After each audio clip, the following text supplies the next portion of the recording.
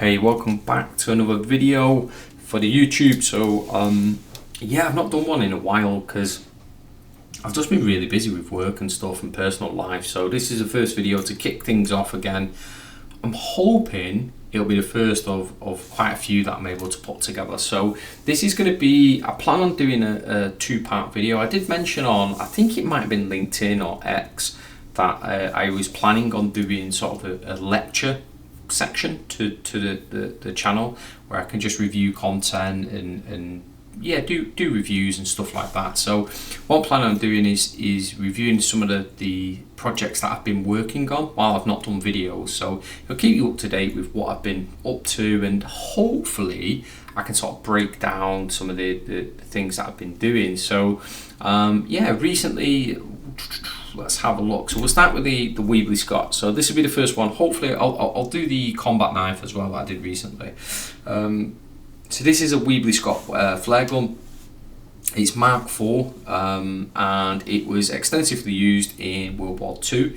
So I had to do a bit of research on it at the time. It was originally designed as a tutorial for my students at the current university where I work. So this is actually a tutorial. Now the difference being is the tutorial that I developed the program.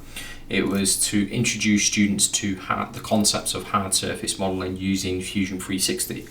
I actually constructed this one for myself using plasticity. So I wanted to yeah, construct something in there. So the workflow was plasticity to 3ds Max to Substance Painter back into 3ds Max, and for Arnold render and stuff like that. So I didn't actually do the game engine stuff with this one because yeah, I wanted to do the Viz stuff, and it turned out quite nice, and I was going for quite a lot of detail, surface detail and stuff, and you can sort of see the capture of it there. So you can sort of see, like, all these edge markings and things like that, and we've got a stamp and stuff. It's not, this would work in a game, but the texture size on it are 4K, so that would have to be reduced down for the game, and possibly parts of the mesh as well would be a little bit too dense. So for example here, these are sort of like modelled in. They won't necessarily need modelling in the game. What we do is just bake them down in the normal maps anyway.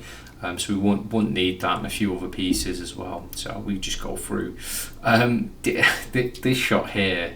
So I did the shot. It's quite good. I think it's got an extra field of view on it as well. Sorry, an increased field of view. But if you notice the grip area, the grip looks quite clean in comparison to the rest of the model. And the reason for that was I actually overlaid this detail to it, and it actually washed out. I didn't realise until I did the renders, but it actually washed out quite a lot of the scratches. There is actually quite a bit of wear and tear on it. There's a lot of scuff marks and stuff like that. But yeah, it got washed out. I think if I was going to go for maybe a job interview, or I was looking to submit this as part of an official submission for a job, I'd definitely probably go back in and clean up this, and I'd bring up the scuffs and scratches. It don't look too bad, but it does stand out compared to the weapon system. But yeah, I mean, you can see there's quite a lot of dirt build-up, grunge stuff, and I used the Pure Ref to gather the references and do a bit of research on it. A few things, I felt like the markings around the screws, so you can see them, but I think the opacity when you bring it out of substance and stuff probably needed a little bit increase in just to work a little bit better and pop that detail out a little bit more. This is one of my favourite shots. I think it really encapsulates the weapon, the age, what I was going for, the reference images that I had. You can see quite a lot of dirt build up. There's a really nice strong focal point on there.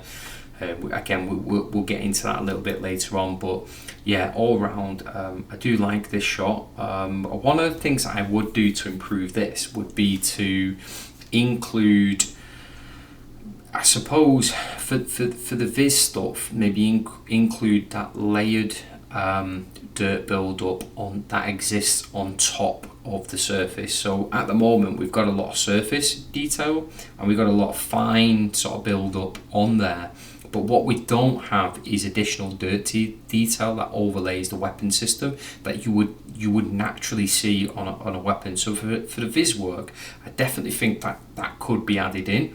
Not so much for games. Obviously games are a little bit different. You need to be more restrictive on your texture maps and stuff like that.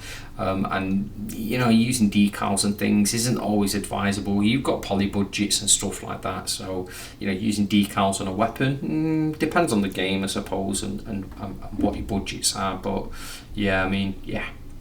Again, another shot here, so you can see quite a lot of the detail, the stamping in, which is pretty good. Not bad. If you do weapons and you do sort of like the metallic stuff and the hard surface stuff, what you notice is a lot of weapons that are from like armories and things like that. They'll have sort of markings on, so they always have like color codes and stuff. Color codes. They have numbers painted on them or etched into them, so it creates sort of a catalog for them. So when you sign them out, people know what number's gone out and who's got that number and stuff. So they're quite common. What I would say on this is, I think the paint could have been better. The fall off on the paint is quite harsh, so perhaps that could have been a little bit better and a little bit more worn and stuff. And maybe a touch more with height, because obviously the paint it sits over the top quite a bit there. So this was a good shot. I got some feedback off a buddy of mine, and he said to me, you know, I did all the inner parts of it, and he was like, oh, why didn't you do more renders for it? So again, I'm probably something that I should go back and do some more of the interiors and stuff like that.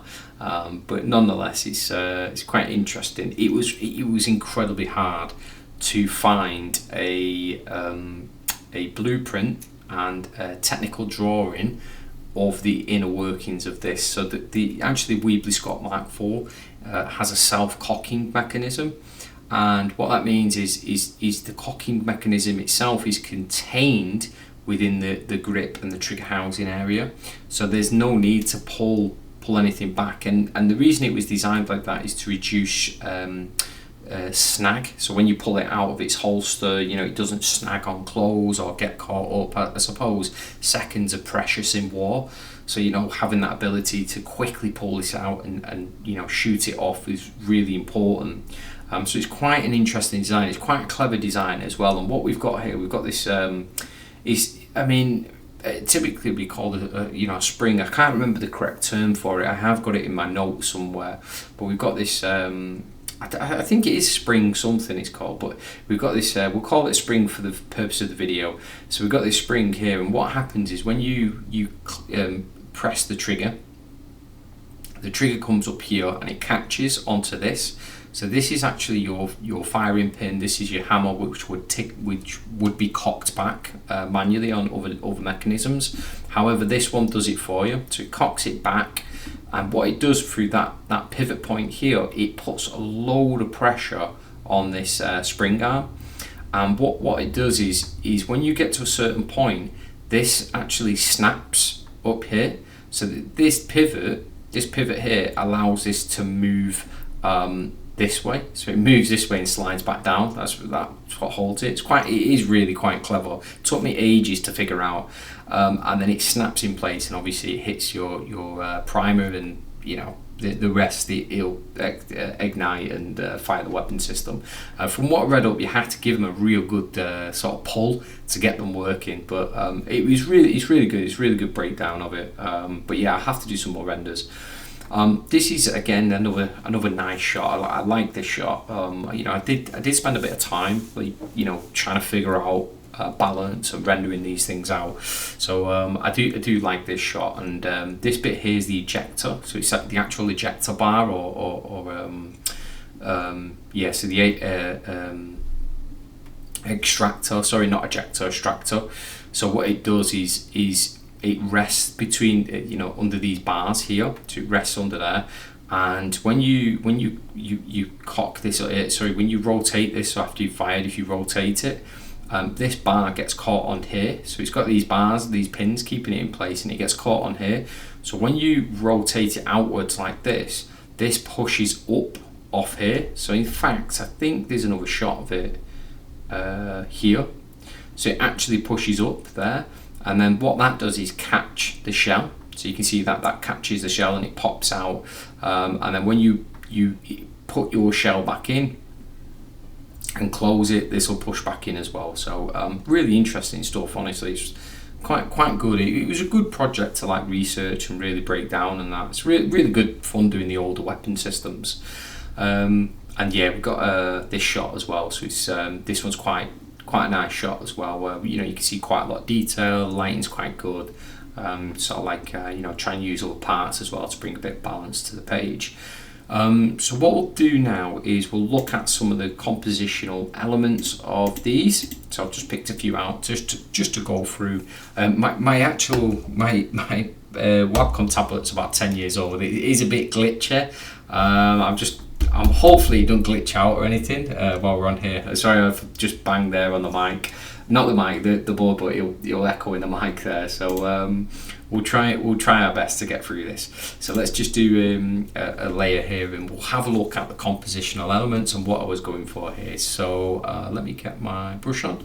Excellent. So what you'll see is I've got 4 shapes on the page, or 4 separate shapes. Okay, so we'll say this one's 1.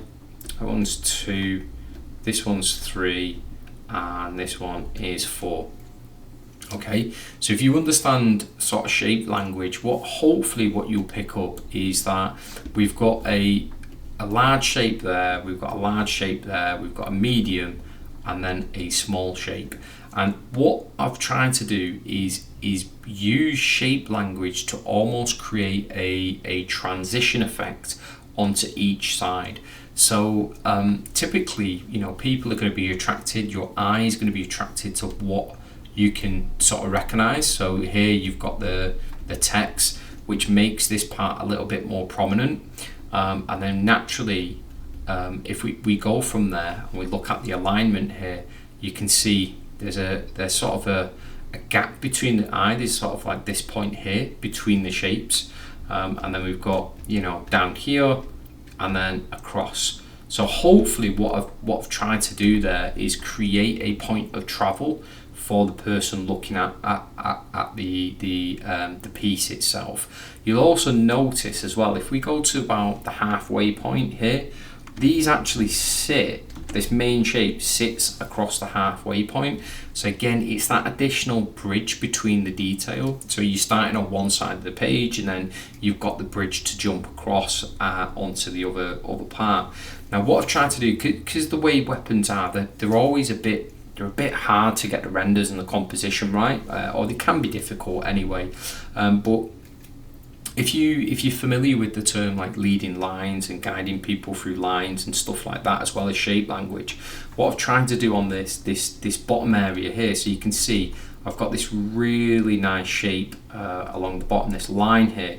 I've actually angled it in the hopes that people will naturally jump back onto this side. So effectively what I've tried to do is create a loop of detail. Yeah, so it's like a loop there, where you'll start maybe at this point here, you start somewhere here, and it loops sort of round and back, so it gives that nice sort of energy flow, or visual, it's not energy flow, but visual flow, should I say, to the actual render itself. But let me know, I mean, you can always comment, maybe you popped out something different, maybe it's a central piece, but this central piece should be pivotal to how you're viewing this image. Okay, it should be pivotal, you should be looking and jumping between them. So it's quite nice. All right, quite a nice breakdown. This one, again, another interesting piece. So let's just break this down and what I've tried to achieve.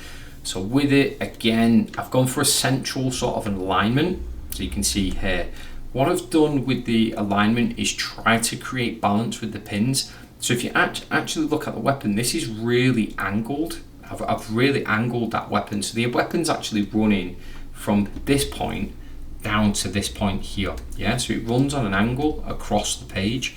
And the reason I did that is because if I just use Control T and I just straighten this up, what happens is that bar sits on the angle, it sits sort of up here. So if that was straight view, and I didn't really want that. What I wanted was that that sort of almost straight bar. It's a little bit offset, but it's almost straight. In addition to that, what we've got as well on this render is we've got we've got this one and this one that sits here. So again, I'm hoping to create that balance between the two. Okay, and then what we've got as well over here is we've got the pins on either side here. So again, I'm trying to create that shape language to make your eye almost travel back and forth between these two points. So that's what I'm trying to achieve. I think the render probably needs a little bit more work. I probably should do a bit more lighting on it and stuff, but that's the idea. So we've got that balance in place, and you've got that central area to navigate and come back to. So it's all about creating that area, that visual detail to come back to.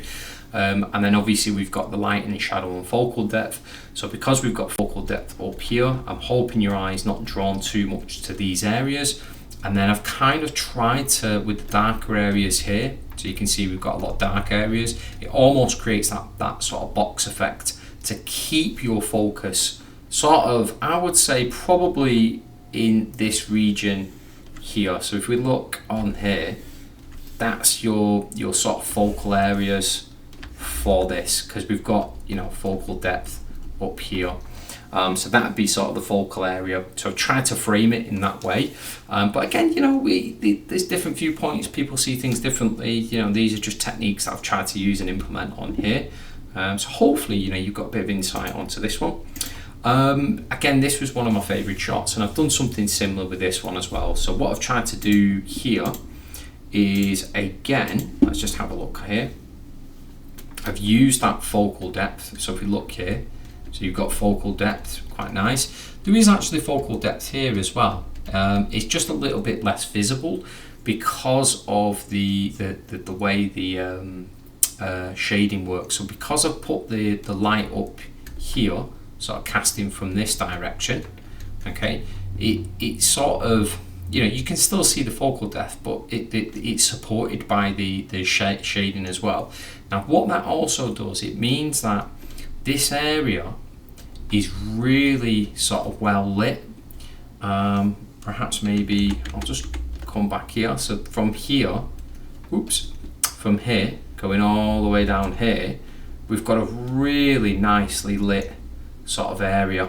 Okay, and then what that helps us do, it creates that focal. You can see here where I've got focal depth there as well, just to try and stop you from going off the page. But what it does effectively is creates that really nice area sort of in here, where I'm trying to almost keep that viewpoint on this area. So try and keep that and capture that viewpoint there. So try to do that the best that I can strategically for the close-up. And finally we've got the piece here as well. So this one's quite a nice piece as well. So again, using that shape language, so thinking about your shapes, think about the layouts of them. Let's just have a look. So we've got we'll do one, so we've got a large shape, we've got two, which is a small shape, and then we've got a medium shape as well, which we'll say is number 3. So what I've tried to do here is create a bit of balance on the page. So if you've done stuff like this, if you're familiar with the golden ratio or anything like that, you'll see that from about here, it's not going to be 100% this, but from about here, the golden ratio it's something like this. Okay, it's something like that, where it's like a box and it goes in, and from this point you go out and stuff. And what I've essentially tried to do is I've tried to spiral the detail out. And again, it doesn't need to be, perfect, but I've tried to spiral that out in mimicking that golden ratio to the best that I can. And you can sort of see that with the sort of divisions here and the page layout. So on this side of the page, we've got the larger shape, and on here, we've got sort of the smaller shapes as well. And it almost works as well. It kind of works because in these areas here, you have got smaller shapes within this bit as well. So there are actually smaller shapes if we really want to get into shape language. There's sort of smaller parts that break up that surface as well, which is pretty cool to see. So what I'm hoping there is like there's a natural transition. And again, what we're trying to achieve is that that jumping effect from here, from this point. So again, we've got text in the middle, which hopefully people are picking up. So we can jump to here on to this bit. And then if you look at the way this is angled, it's angled towards this way. And then again, we can jump back round. So I'm always creating that. I'm trying to create that jump from one point to another. You know, what I don't want is with it is sort of large space where, you know, if we just grab this and we do, I'll just very quickly scribble over this, is what I'm trying to avoid is stuff like that, where these feel unconnected as parts. So having that smaller detail to connect large, medium and small forms, you know, if you're going from a large form to a medium form, try and include that sort of shape language out. It just helps the viewer a little bit sort of gauge there. And again, you know, you can see from that where we add this in now, and it just gives you that little bit extra between the two to jump between them. So that's what I was going for in terms of the composition. The videos, you know, it's getting a bit long now, it's about 20 minutes, but let me know your thoughts as well. So as I say, you know, I'm almost on 400 subscribers now, so really good stuff, guys. So obviously I'm doing something that people are liking. If this is sort of the things that you'd like to see, let me know in the comments. Let me know if you would do anything different, if there's anything you've spotted. Obviously there's all sorts of tips and tricks in here as well that I've not gone into. So for example, you know, you might ask me, like, you know, why is the weapon sort of tilted and stuff, and there are sort of like strategic things, you know. It adds like sort of like dynamism across the page and stuff, so you can sort of like tilt these and sort of add a little bit more of a sort of influence really to the way they're perceived. And obviously you create the lines as well, where you can run these lines, and then that break here, it sort of breaks that line. So you can sort of break that line by having those cross lines as well. So it can get quite strategic and stuff how you do it. But you know, there's a lot of detail to it. There's a lot in terms of composition. People will always see different things in images and stuff and how you break them down. But yeah, let me know your thoughts on it. And as I say, if this is sort of stuff you like, yeah, give me a shout and let me know. Thanks for watching. As always, like, comment, subscribe, and I will see you in the next video.